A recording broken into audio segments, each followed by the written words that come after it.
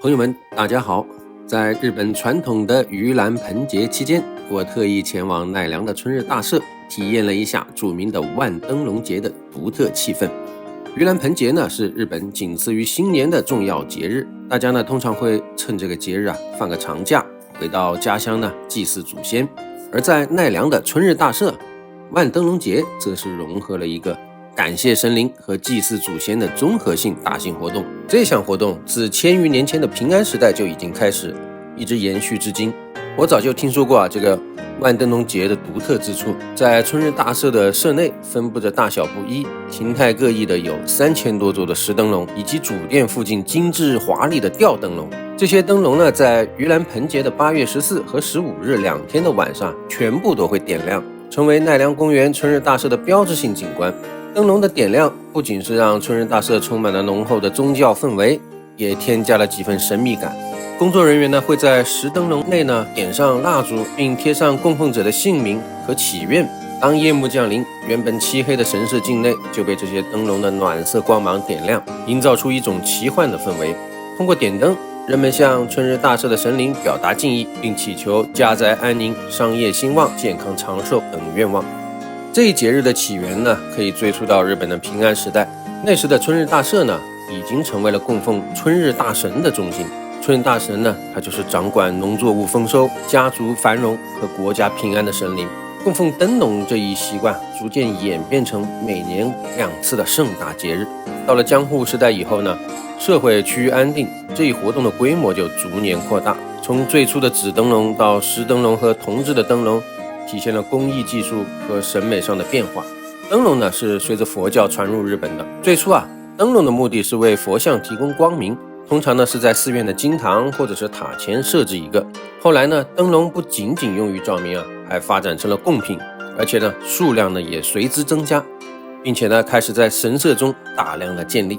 在这个江户时代以前春日大社的这个灯笼几乎每天都会点亮。点灯所用的那个灯油呢，是室内的油座提供的。据说呢，每天晚上要消耗约280升的灯油。只要这个油还没用完，这个灯每晚都会亮着。管理和点灯的这个工作人员呢，是由下级的神官、神职人员来负责。他们是从幕府那里获取收入，用于购买灯油。同时呢，他们鼓励信徒捐赠灯笼。他们不仅负责灯笼的管理，还负责点燃这些灯笼。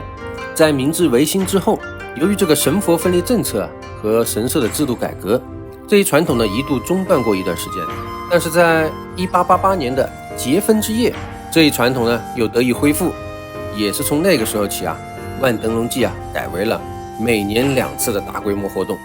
不同历史时期，灯笼的捐赠者呢也各不相同。例如在室町时代，主要是本地的乡绅来负责捐赠。到了安土桃山时代，著名的武将，例如石田三成、藤堂高虎像这种大名武将也会参与捐赠。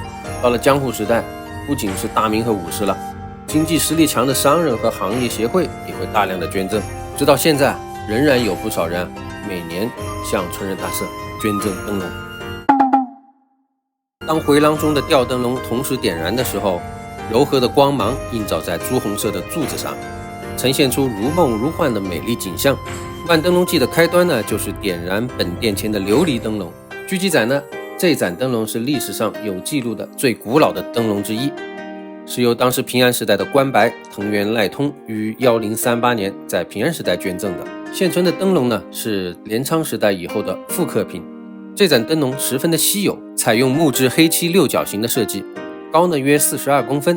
灯笼上呢还以红色和白色的糊粉进行了装饰。在灯罩的上部和中间部分串有铜线，表面上镶嵌着无数直径约为2毫米左右的蓝绿色的玻璃珠。这个灯笼点燃之后灯笼会散发出梦幻般的蓝色光芒。侧面呢设计则为帘子窗的形状。由于春日大社呢供奉的是藤原氏的式神，藤原赖通作为当时权势显赫的人物，似乎在重要的政治时刻都会捐赠灯笼。在那个年代，玻璃的价值几乎与宝石相当，人们推测藤原赖通可能是用这种最精致的材料来表达对式神的感激之情。在春日大社本殿的东御廊上挂着一排美丽的吊灯笼，其中一盏呢是战国的武将宇喜多秀家捐赠的。宇喜多秀家呢是丰臣政权的5大佬之一，他在丰臣秀吉去世后的1598年捐赠了这盏灯笼。另外，东御廊还挂着其他武将捐献的灯笼，例如武将直江兼续在关原之战战败之后，为主家上杉家祈求平安而捐献的灯笼。武将藤堂高虎则在丰臣秀吉去世后转而支持德川家，在东军中活动积极，他呢为德川家康和德川秀忠的成功祈祷，也在这里捐献了灯笼。这些灯笼反映了当时人们复杂的情感和政治关系十分的引人入胜。这座灯笼呢叫做春日柚木石灯笼。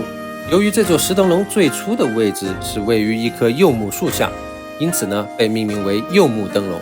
这座灯笼呢是平安时代唯一遗留下来的石灯笼，最早安放在春日大社若宫神社的南方，目前呢是以文物的形式收藏在博物馆中。这个石灯笼呢为八角形的造型，中间放置灯油的灯罩呢是在江户时代补充上去的。灯笼的顶盖呢是八边形的设计，并且采用了8条骨架支撑的结构，上面没有传统的装饰，呈现出那古老的风格。顶盖上的棱线处雕刻出垂直向下延展的装饰性的结构，用来增加灯笼的视觉效果。在灯笼中台的部分配有大片的单瓣花形装饰，布置在八角形的各个棱线上。灯笼的杆子呢是长圆柱形的，有3个分节。柚木石灯笼据说是由藤原忠通于平安时代后期的延保3年，也就是1137年捐赠的。灯笼的底座是6角形的，上面和侧面都雕刻有花纹。再看看这座元亨石灯笼，从春日大社的本殿步行到若宫神殿的参道呢，被称为御剑道。在这条道路的两侧密密麻麻地排列着许多4角形的石灯笼，其中呢有一座灯笼非常古老，因其捐赠于镰仓时代后期的元亨3年，所以呢被称为元亨石灯笼。最初呢这座灯笼是位于御剑道的西南侧，但是如今呢也被移至博物馆珍藏。这座灯笼呢是由花岗岩制成，高呢约217公分，所以呢木质灯罩是御剑型石灯笼的一个显著特点。我们再仔细看看灯笼的顶部，边缘的弯曲设计极具力量感且美观。中台部分的上端呢有2层阶梯，下端呢装饰有多层花瓣的图案。侧面为2个部分，其中一面雕刻着面对面的狮子，另外3个面呢雕刻着奔跑的狮子。灯笼的杆子部分呢是4方形的柱子，上面刻有元亨3年11月又红尽白的铭文。在底座部分的上端装饰着复杂的多瓣花图案，底座的部分呢则雕刻着许多小花瓣。侧面同样分为2个部分，内部雕刻有面对面的孔雀、成对的雌雄双鹿以及2条龙的浮雕图案。下面来说说伏护神社的石灯笼。伏护神社呢是位于春日大社2只鸟居走进鸟居的左侧，石灯笼呢矗立在神社旁的沙石路中央，正对着伏护神社。这座石灯笼尤其引人注目，因为呢它被一圈木栅栏围绕着，显得格外的独特。整座灯笼的造型非常的精美，制作于室町时代，采用的也是花岗岩的材质，高呢约180公分。灯笼顶盖镶嵌着一颗宝珠，增加了整座灯笼的典雅之感。灯笼的灯罩部分呢设计呢也十分讲究，一共有6个面，其中2面呢设有活口，2面带有圆形的窗孔，另外2面呢则是雕刻着栩栩如生的鹿的浮雕，工艺呢十分精湛。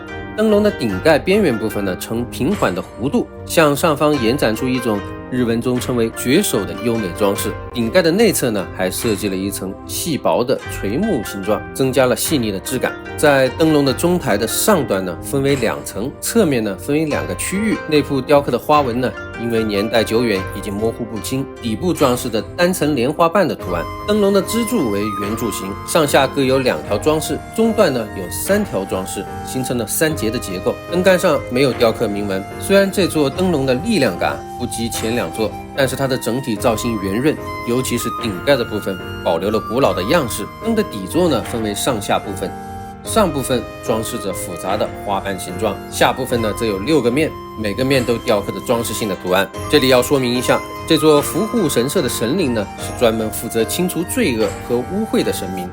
人们来春日大社一般都会习惯先在伏护神社净化心灵，忏悔罪过，之后呢再前往主殿参拜。最后再说一下，在春日大社的境内有15座呢石灯笼，上面雕刻了春日大明神的铭文。这些灯笼呢，据说是代表佛，但是呢是以神的形象出现。还有传说啊，如果你能在一个晚上找到3座这样的灯笼，你就能获得财富。如果你有机会来春日大社，一定要挑战一下自己的眼力。